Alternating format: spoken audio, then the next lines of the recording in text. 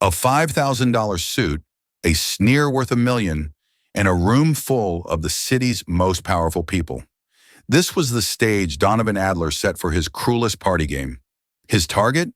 A lone waitress named Leora, a woman he saw as nothing more than the dirt beneath his custom-made Italian shoes. He pointed a manicured finger at the magnificent Bösendorfer concert piano, a masterpiece no one dared touch, and then at her. He wanted to humiliate her, to prove that people like her had no place in his world. He forced her towards the keys, expecting a clumsy, embarrassing failure. What he got instead was a reckoning, a storm of forgotten genius that would not only shatter the silence, but bring his entire gilded world crashing down. This is the story of how one woman's hidden past became one man's public undoing. The Gilded Lyre was a paradox. Its name suggested art and music, a haven for the soul. In reality, it was a mausoleum of new money, a cavern of marble and gold, where souls were traded for status.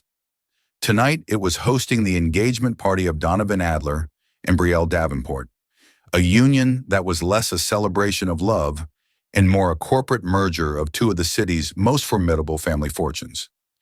And in the heart of this glittering machine, Leora Valmont was invisible. To the guests, she was a pair of hands that refilled their flutes of Dom Perignon, hands that cleared away plates smeared with the remnants of Caspian Sea caviar, hands that were never to be looked at, only served by. Her uniform, a crisp but simple black dress with a starched white apron, was a cloak of anonymity.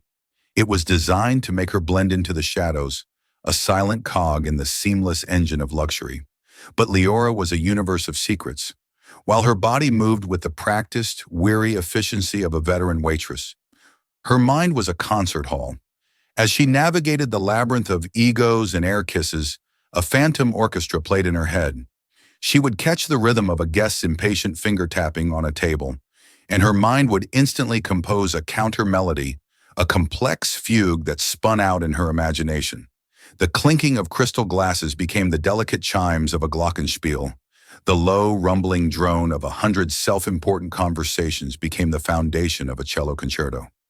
Music was the language of her soul, but it was a language she had been forbidden to speak for 5 long years.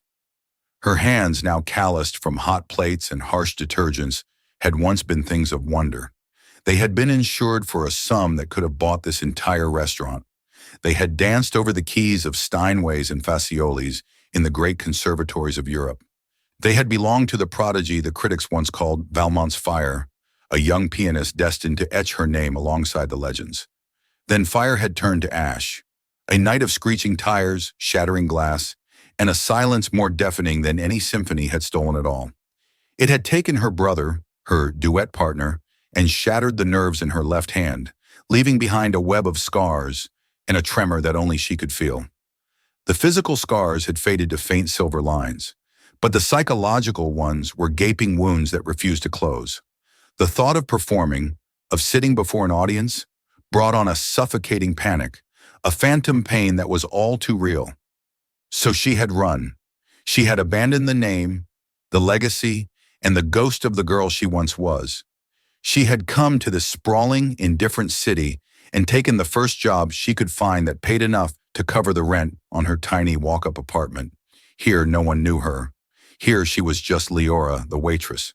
The anonymity that chafed at her spirit was also her shield. Tonight, the shield felt particularly thin.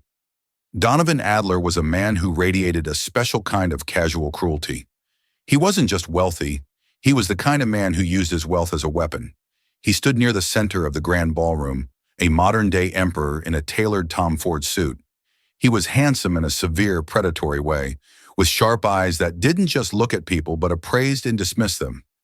His fiancée, Brielle Davenport, clung to his arm, a vision in shimmering silk, her laughter as sharp and artificial as the diamonds around her neck.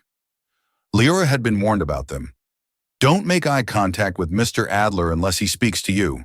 Her manager, a perpetually stressed man named David, had instructed the staff. And for God's sake, if Miss Davenport asks for anything, just say yes and get it, no matter what it is. Leora watched them from the periphery. She saw Donovan snap his fingers at a busboy who was a moment too slow. She saw Brielle hold out her empty glass without even glancing at the server, expecting it to be filled as if by magic. They moved through their own party with a corrosive sense of entitlement, leaving a wake of quiet subservience behind them. In the corner of the ballroom, commanding attention even in its silence, stood a Bösendorfer Model 290 Imperial Concert grand piano. It was the crown jewel of the Gilded Lyre, a magnificent beast of polished ebony with 97 keys instead of the standard 88.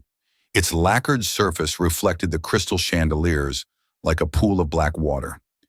It was an instrument of profound power and sensitivity, and to Leora, it was torture. She had to walk past it a dozen times an hour.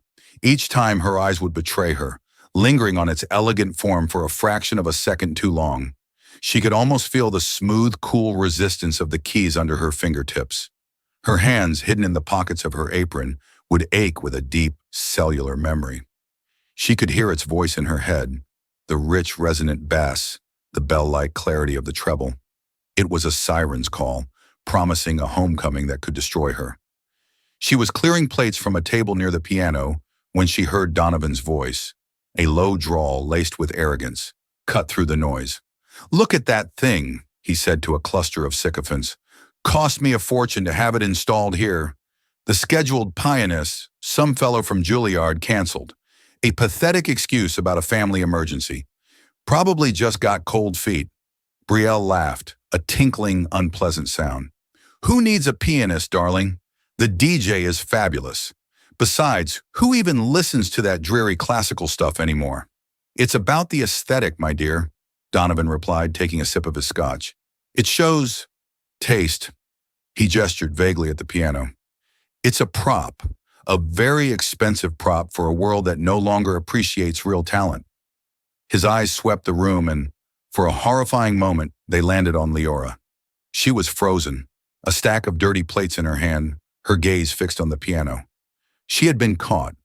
For a split second, her mask of professional indifference had slipped, and the raw, desperate longing in her eyes was as plain as the scars on her hand. Donovan's lips curled into a slow, cruel smile.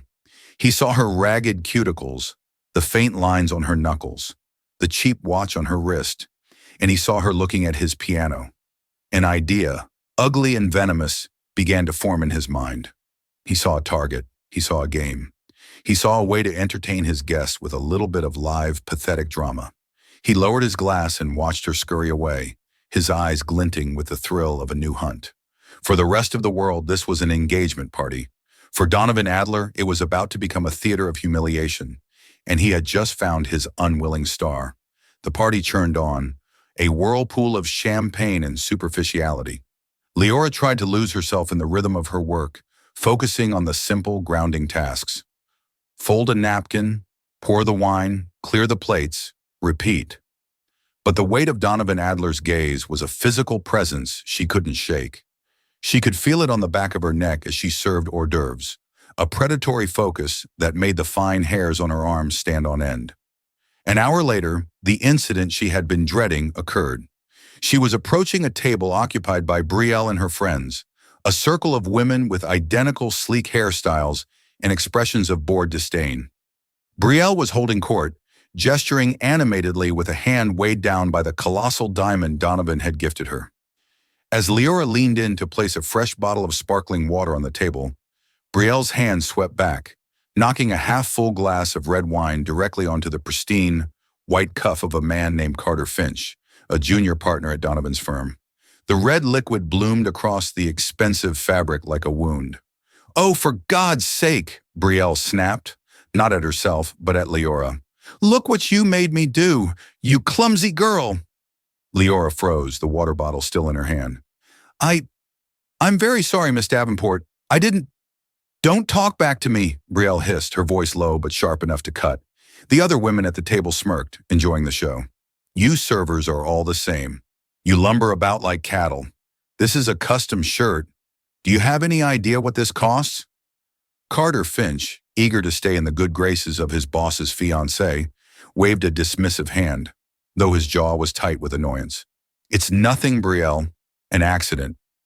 "It's not an accident," Brielle insisted, her voice rising to a theatrical pitch that drew nearby eyes. It's incompetence. I want her fired. Leora's blood ran cold. Fired? Over this? She needed this job. It was a humiliating, soul-crushing job, but it paid for her rent, her food, the quiet solitude she needed to keep her demons at bay. David, the manager, materialized at her side, his face pale with anxiety. Miss Davenport, my sincerest apologies. Is there a problem? Your waitress is a menace, Brielle declared. She just ruined Carter's shirt. I will personally cover the cost of cleaning, of course, David said, bowing his head slightly, and a replacement if necessary. Leora, go to the kitchens. Now. Humiliation burned in Leora's cheeks. She gave a short, stiff nod and turned to leave, her body rigid with the effort of holding back a retort. She could feel the stares of the guests, their pity and amusement a fresh layer of shame. As she walked away, she heard Donovan's smooth voice join the conversation. Now, my love, don't cause a scene. We can't fire the girl. Think of the paperwork. He chuckled, and his friends chuckled with him. But perhaps, he added, his voice taking on a new, speculative tone, there's a more entertaining way for her to atone. Leora didn't hear the rest. She pushed through the swinging doors into the chaotic, clattering world of the kitchen. She leaned against a stainless steel counter, the noise of cooks shouting and dishes clanging a welcome distraction. Her friend and fellow waitress, Sophia, came over and placed a comforting hand on her shoulder. Don't listen to that witch, Sophia muttered. She does this at every event. Last year, she tried to get a valet fired because he looked at her Rolls-Royce funny. She wants me gone, Leora whispered, her voice trembling slightly. David won't fire you. He knows it wasn't your fault. Just lay low for a bit. I'll take over that section. Leora nodded, grateful, but the sense of dread didn't dissipate. It coiled in her stomach like a cold snake. Donovan's last words echoed in her mind, a more entertaining way for her to atone. She knew with a certainty that terrified her that this wasn't over. She spent the next half hour in the relative safety of the kitchen, polishing silverware with a ferocity that made her knuckles ache. But eventually David came to find her. Adler is asking for you, he said, his expression grim. He wouldn't meet her eyes. Why? Leora asked, her heart sinking. I don't know, just be polite, be agreeable. Don't give him any reason to make things worse. With leaden feet, Leora followed David back into the ballroom. The atmosphere had shifted. The DJ had quieted the music, and a hush was falling over the crowd. In the center of the room, near the magnificent Bosendorfer, Donovan Adler stood with a microphone in his hand, a smug, theatrical smile on his face. Friends, thank you, he boomed, his voice amplified through the speakers. We're having a wonderful time celebrating my engagement to the beautiful Brielle. He paused for applause. But I feel we're missing a little culture, a little live music to elevate the evening. He scanned the room, his eyes theatrically searching. As you know, our scheduled artist from Juilliard unfortunately had to cancel. A great tragedy, I'm sure. He paused, letting the sarcasm hang in the air. But it seems we may have a replacement in our very midst. A nervous ripple went through the crowd. Leora's blood turned to ice. She knew what was coming. Donovan's eyes found her as she stood by the doorway, trapped in the spotlight of 100 curious stares. He raised a hand and pointed directly at her. Ladies and gentlemen, he announced, his voice dripping with mock generosity. It has come to my attention that one of our lovely waitstaff, the young lady who had a small misunderstanding with the wine earlier, he chuckled, has a hidden talent. It seems she fancies herself a pianist. The statement was a lie, a fabrication born from the glimpse of longing he had seen in her eyes earlier. He didn't know she could play. He was gambling on the high probability that she couldn't. So in the spirit of generosity and second chances, he continued, his smile widening into a predatory grin, I am going to give her the opportunity of a lifetime, a chance to redeem herself for her earlier clumsiness and entertain us all on this magnificent world-class Bosendorfer Imperial. He gestured grandly towards the piano, then back to Leora. So let's have a round of applause for, what's your name, dear? He called out, the feigned ignorance another twist of the knife. David whispered her name to him. Let's have a big hand for Leora, Donovan bellowed. Come on up, Leora. Don't be shy. Show us what you've got." The room was filled with a smattering of confused, awkward applause. Most people looked on with a mixture of pity and morbid curiosity. They knew exactly what this was: a powerful man amusing himself at the expense of a powerless woman. It was Bloodsport in black tie. Leora stood frozen, the world narrowing to a terrifying tunnel. At one end was Donovan Adler, his face a mask of cruel expectation. At the other was the piano, her greatest love and her greatest source of pain. And in between, a sea of expectant faces, all waiting for the show, waiting for her to fall. The applause was a wave of sound that threatened to drown her. It wasn't warm or encouraging. It was the polite, predatory clapping of an audience anticipating a public execution. Every pair of eyes in the opulent ballroom was fixed on her, a waitress in a cheap uniform, suddenly thrust onto a stage she never wanted. Leora's first instinct was to flee, to turn and run back to the kitchen, out the service exit, and into the anonymous safety of the night. Her mind screamed at her legs to move, but they were rooted to the plush carpet, paralyzed by a cocktail of fear and disbelief. Her manager, David, stood beside her, his face a mess of conflicting emotions. He was horrified on her behalf, yet terrified of Donovan Adler. "Just go," he whispered, his voice strained. "Just go up there and, I don't know, play Twinkle, Twinkle, Little Star and get it over with. Don't provoke him." Provoke him, as if she were the one holding the weapon. "No," Leora whispered back, the word barely audible. "I can't." "You have to," David hissed, his desperation palpable. "He's not asking." Donovan, seeing her hesitation, raised the microphone to his lips again. His voice oozed a syrupy, false concern. "Oh, is she shy? Don't be nervous, my dear. This is a friendly crowd. We're all dying to hear your hidden talents." He turned to Brielle, who was now filming the entire scene with her phone, a vicious little smirk on her face. This was content. This was a story she could tell her friends for weeks. The time Donnie made the help try to play the piano, it was hilarious. "Maybe she needs a little incentive," Donovan continued, reaching into his jacket.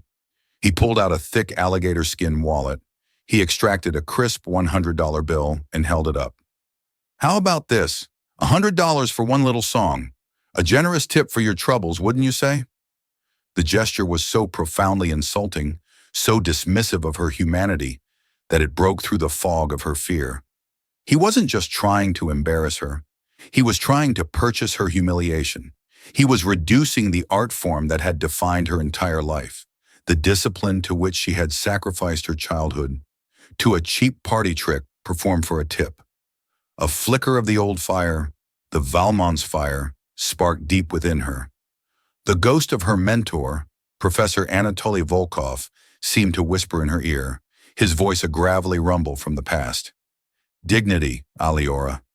Even when they take everything, they cannot take your dignity unless you give it to them." She looked past Donovan's smug face, past Brielle's gleeful cruelty, and her eyes fell upon one person in the crowd. He was an older gentleman, perhaps in his late 60s, with a mane of silver hair and a quiet, observant face. He wasn't smirking or whispering like the others. He was watching her with an expression of intense, almost scholarly concentration. There was a flicker of something in his eyes. Not pity, but a deep, sorrowful understanding. He looked familiar, a face from a magazine or a concert program from a lifetime ago. His name was on the tip of her tongue, but it wouldn't come. Desmond Carmichael. That was it, the renowned music critic for the Global Arts Chronicle. Seeing him there, witnessing this farce, solidified something in her. If she was going to be humiliated, she would not be humiliated as a coward. If she refused, they would laugh and call her pathetic. If she went up and played badly, they would laugh and call her delusional. The outcome was the same. They had left her no path to escape with her pride intact. Unless, the thought was terrifying, a leap into an abyss she hadn't approached in 5 years. What if she didn't play badly? What if she played for herself? What if she played for her brother, for Professor Volkov, for the girl she used to be? What if she took their stage, their audience, and their ridiculously expensive piano and reminded them what real talent, real art, actually was? The fear was still there, a cold, constricting hand around her heart. Her tremor, the ghost of her injury, started in her left pinky finger, but beneath the fear was a layer of pure, unadulterated rage. A rage at Donovan Adler. A rage at her own cowardice these past 5 years. A rage at the universe for what it had taken from her. She took a slow, deliberate breath. She straightened her back.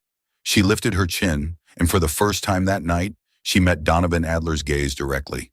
Her eyes, which had been downcast and subservient all evening, were now clear and steady. "Fine," she said. Her voice didn't carry far, but her intent did. She started walking. The room fell into a deeper, more profound silence. Her footsteps were the only sound, soft thuds on the thick carpet. She walked past the tables of whispering guests, her focus narrowed on the black monolith at the center of the room. This wasn't a walk of shame. It was a death march, or perhaps a march toward a resurrection.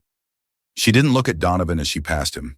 She ignored the $100 bill he was still holding out, a gesture that now looked ridiculous and small. She ignored Brielle's phone, which was now tracking her every move. She walked with a purpose that unnerved them. This wasn't the reaction they had expected. The shuffling, tearful humiliation they had anticipated was not materializing. Instead, they were witnessing a strange, quiet resolve. She reached the piano. It was even more beautiful up close. The fallboard was propped open, revealing the pristine, immaculate teeth of the keyboard. The Bosendorfer logo was inlaid in gold above the keys. She could smell the faint, pleasant scent of polished wood and felt. It smelled like home. She reached the bench, but she didn't sit. Not yet. She stood before the instrument, a lone, stark figure in her simple black and white uniform. She looked out at the sea of faces, her expression unreadable. She was no longer just Leora the waitress. She was a woman standing at a precipice, and she had just made the decision to jump. The only question left was whether she would fly or fall. The seconds stretched into an eternity. Leora stood before the piano, her back straight, her hands clasped behind her. The silence in the ballroom was no longer merely quiet. It had become a living entity, thick and heavy with expectation. The air crackled with it. The whispers had died. The clinking of ice in glasses had ceased. Every guest, from the most jaded billionaire to the most sycophantic social climber, was held captive by this small, silent woman and the grand instrument before her. Donovan Adler's smirk had tightened. This wasn't going according to his script. He had expected fumbling, tears, a refusal. He had expected a quick, satisfying burst of humiliation that would serve as a party anecdote. This protracted, dignified silence was unnerving. It was shifting the power dynamic in a way he couldn't comprehend. He still held all the cards, the wealth, the status, the audience. Yet he felt a strange, unwelcome prickle of unease. He had set a stage for a farce, but the actress seemed to be preparing for a tragedy. For Leora, the world outside had dissolved. The faces of the crowd blurred into an indistinct tapestry of pale ovals and glittering jewelry. The only things that were real were the piano in front of her and the roaring tempest inside her. Her heart hammered against her ribs, a frantic, syncopated rhythm. The tremor in her left hand had intensified, a visible vibration she tried to quell by pressing her fingers into her palm. "Breathe, Aliora," Professor Volkov's voice echoed in her memory. The music begins not with the hands, but with the breath. The silence before the first note is the most important note of all. It holds everything that is to come. She took a deep, shuddering breath, filling her lungs with the stale, perfumed air of the ballroom. She closed her eyes for a moment, and in the darkness, she saw it all again. The blinding headlights, the impossible sound of metal screaming against metal, the world turning upside down. She saw her brother Dmitri in the passenger seat, his laugh cut short. She saw her own hands, trapped and broken, bathed in the flashing red and blue lights of the emergency cruise. The phantom pain shot up her arm, sharp and electric. She opened her eyes, pushing the memory down. Not tonight. Tonight she would not be a victim of her past. Tonight she would be its master. Slowly she reached out and ran her right hand along the polished ebony flank of the piano. The wood was cool and smooth, a solid, grounding presence in her swirling chaos. Then she moved to the bench. With a grace that seemed utterly at odds with her waitress uniform, She sat. Her posture was perfect, a muscle memory ingrained from 20 years of relentless practice. Her back was straight, her shoulders relaxed and down, her body perfectly centered.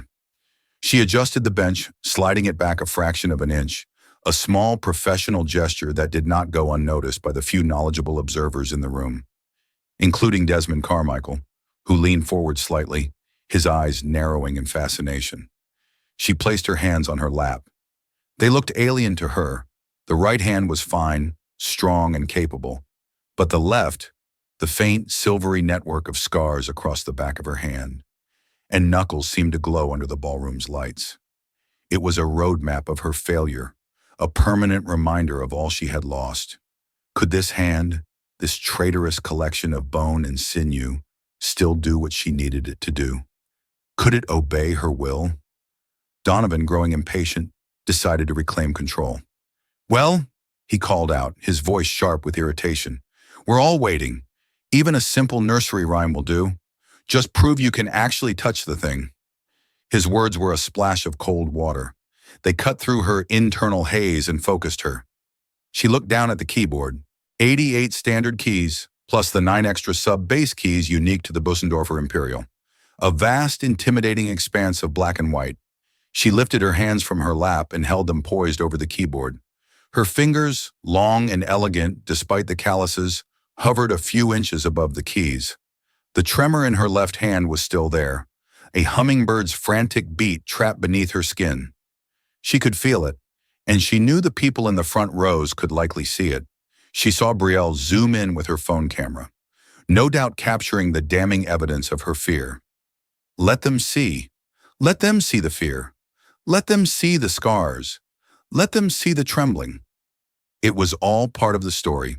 She took one last, final breath. In and out. She held the silence for one more beat, owning it, shaping it. Then, with a resolve that felt like stepping off a cliff, she let her fingers fall. The first note was not a note at all. It was a whisper, a soft, gentle caress of the keys that seemed to emerge from the silence itself, rather than breaking it. It was a simple, quiet introduction, a questioning phrase that hung in the air like mist. The audience, primed for a cacophony of clumsy mistakes, leaned in, confused. It was pretty, unexpectedly so.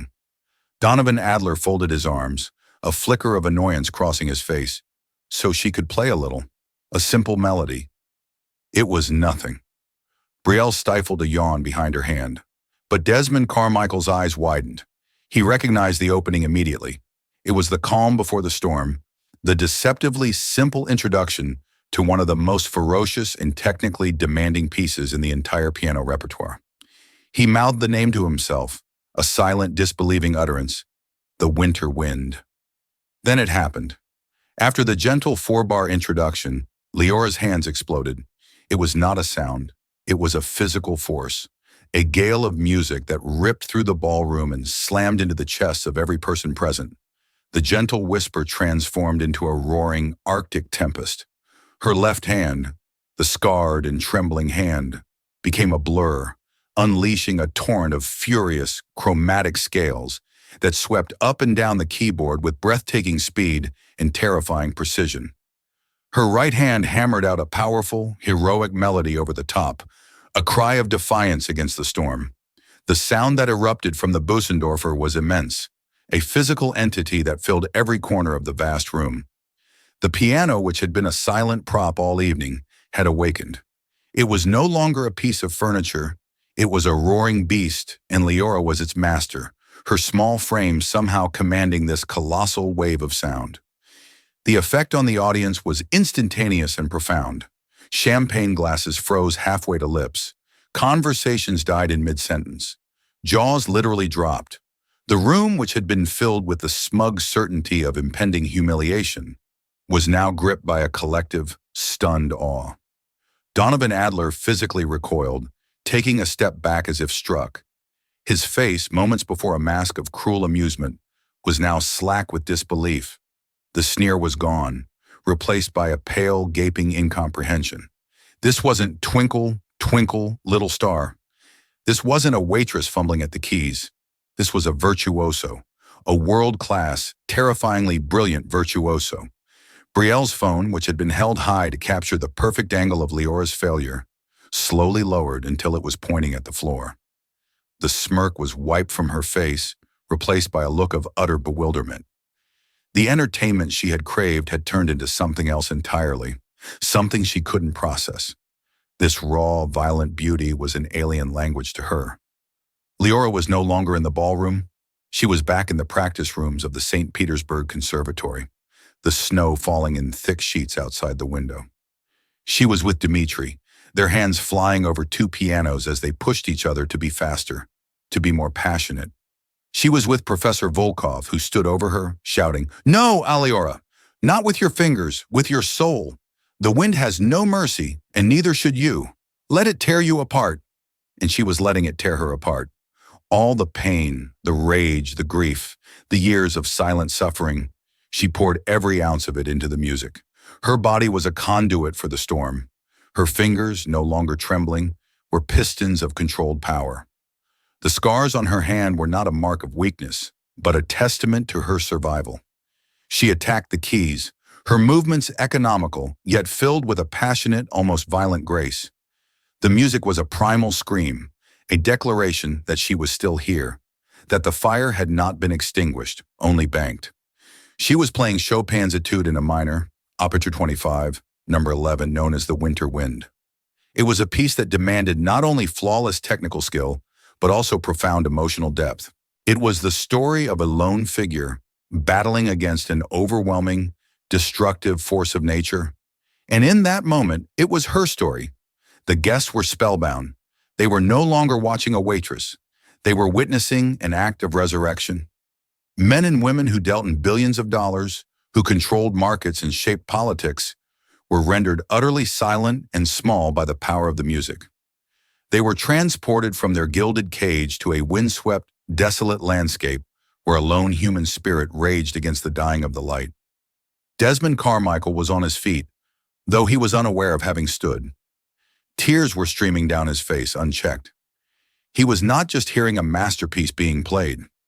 He was hearing it being interpreted with a maturity and ferocity he hadn't encountered in decades. He recognized the style now, the precise yet passionate phrasing, the uniquely Russian weight and power in the chords. It was the Volkov school, and this was its greatest student. The piece reached its climax, a furious cascade of chords and arpeggios that sounded like an avalanche. Leora's entire body was thrown into the performance, her head bowed low over the keys, her hair coming loose from its tight bun. She struck the final, crashing chords with a force that seemed impossible for her size, a series of thunderous declarations that shook the very floorboards. And then, silence. The final note hung in the air, vibrating with the ghosts of the thousands that had come before it. It was a complete, absolute silence, more profound than any that had preceded it. No one moved, no one breathed. The storm had passed, leaving behind a wake of shattered composure and raw emotion.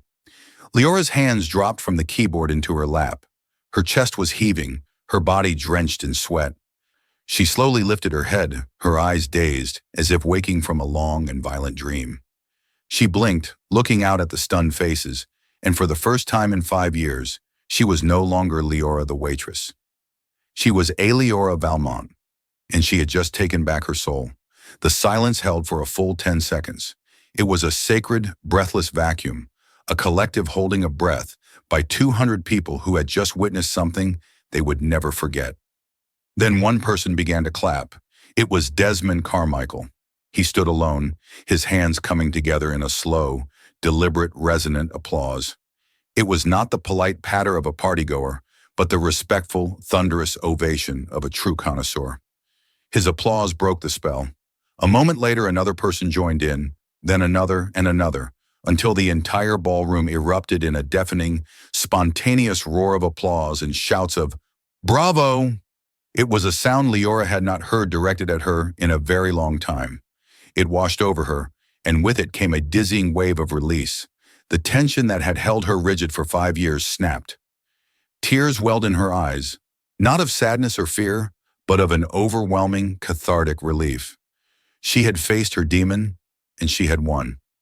She remained on the piano bench, her hands trembling again, but this time from adrenaline and exhaustion, not from fear.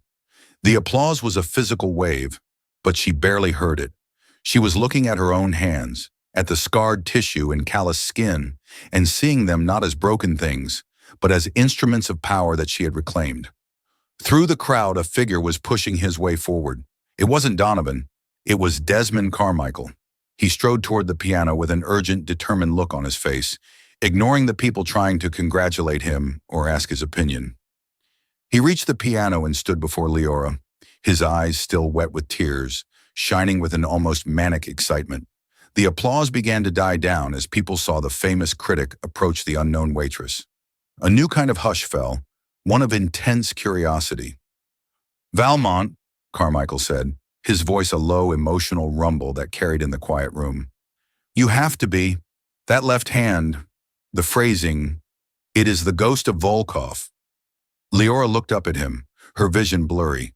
She could only nod, the name a key that unlocked the final door to her past. Carmichael's face was a mixture of awe and profound sadness. He turned to the bewildered, silent crowd. His voice, accustomed to commanding lecture halls, filled the room.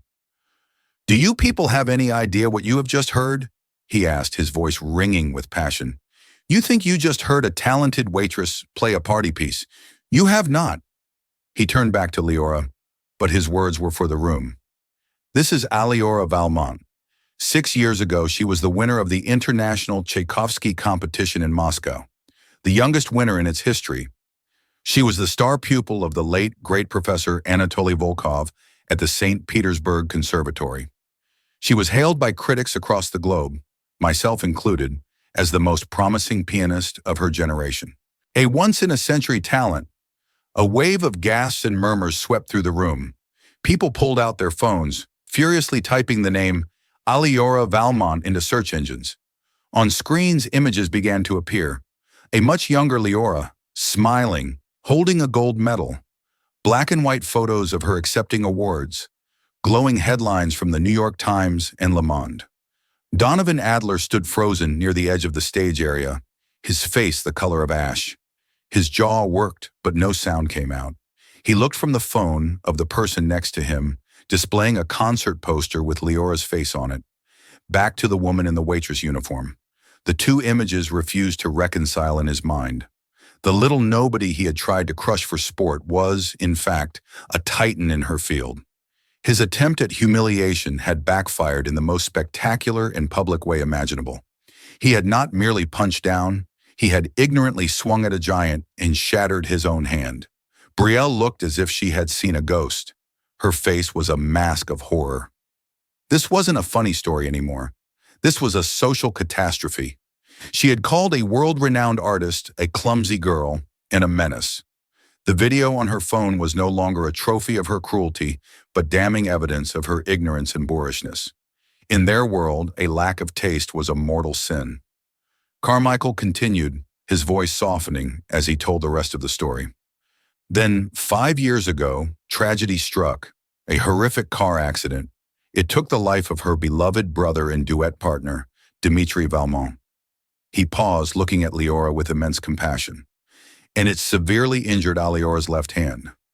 After that, she vanished. The music world searched, we all wondered, but she was gone. We thought we had lost her forever. He reached out, not to touch her, but as a gesture of profound respect. We were wrong. She has not been lost. She has been waiting. Now all eyes were on Leora, but the gaze was different. It was no longer filled with pity or morbid curiosity. It was filled with awe, with reverence, with shame. They saw her not as a servant, but as a queen in exile who had just reclaimed her throne. They saw the cheap uniform not as a mark of her station, but as a disguise she had worn to survive. Leora slowly rose from the piano bench. She looked at Donovan, her expression calm and devoid of hatred. There was nothing left to hate. He was insignificant. He had tried to expose her weakness, and in doing so, had forced her to rediscover her greatest strength. In a strange, twisted way, he had given her a gift. Donovan finally found his voice, a desperate, pathetic squeak. I had no idea, he stammered, taking a step toward her. This is incredible. Truly. Let me, let me write you a check. As an apology. For the misunderstanding, we can say it's your performance fee. 10,000? 20? He was still trying to solve the problem with money. It was the only tool he had. Leora looked at his outstretched, pleading hand. She gave a small, sad shake of her head. You don't get it, Mr. Adler, she said, her voice quiet but clear. You never will. She turned her back on him, a dismissal more profound and absolute than any insult. She walked to Desmond Carmichael, who was already being swarmed by people with offers for Leora. Record label executives, concert hall managers, symphony orchestra conductors who were guests at the party. They saw not a waitress, but a legend reborn, and a very marketable story. David, her manager, rushed to her side, his face alight with a terrified awe. Leora, Leora, I am so sorry. It's all right, David, she said, giving him a small, genuine smile. But I quit. She unfastened the strings of her apron, the symbol of her servitude and her anonymity. She folded it neatly and placed it on a nearby table. It was a simple gesture, but it was the shedding of a skin, the end of an era. The cage, it turned out, had never been locked. She had been holding the key all along. The party was over. Not literally. People were still standing around, drinks in hand. But the glittering, superficial heart of it had been ripped out, replaced by something raw and real. The engagement of Donovan Adler and Brielle Davenport was now a footnote to the astonishing resurrection of Leora Valmont. Donovan stood alone, a pariah at his own celebration. His guests, who moments before had been laughing at his jokes and flattering his ego, now gave him a wide berth. They looked at him with a new understanding, their eyes filled with a mixture of contempt and pity. He had revealed himself not as a powerful lion, but as a petty hyena, and in their ruthless social ecosystem, there was no greater crime. Brielle had already disappeared, likely making frantic calls to her publicists to try and spin the disaster. Their engagement, which had been a merger of power, now felt tainted by this public display of profound weakness and vulgarity. The foundation had cracked. Meanwhile, Leora was the new center of the universe. A protective circle had formed around her and Desmond Carmichael, a crowd of the most influential figures in the city's art scene. We have an opening in our spring season, a woman with a sharp bob and glasses, the director of the city's Philharmonic, was saying breathlessly. Rachmaninoff's Third. We could build the entire marketing campaign around you. The comeback story of the decade. A sleek man in a velvet jacket, the head of a prestigious classical record label, handed her a card. Don't sign anything. We need to record this. An album. A documentary. Your story. My God, your story needs to be told. The offers were a dizzying torrent of possibilities, a future she hadn't dared to dream of for 5 long years. It was overwhelming, but it wasn't frightening. The fear was gone, burned away in the fire of her performance. Carmichael acted as her gentle gatekeeper. Ladies, gentlemen, please, he said, holding up a hand. Miss Valmont has been through an ordeal. She needs time. We will be in touch. He gave Leora a paternal, protective smile. First things first, we need to get you out of here. He guided her toward the grand entrance, away from the ballroom. As she walked, a path cleared before her. The same people she had served hours earlier now parted for her with expressions of deep respect. She passed the table where she had left her folded apron, a small white square of a life now left behind. As they reached the marble foyer, she saw Sophia, her friend, standing by a pillar, her eyes wide and shining with tears. Leora, Sophia whispered, her voice choked with emotion.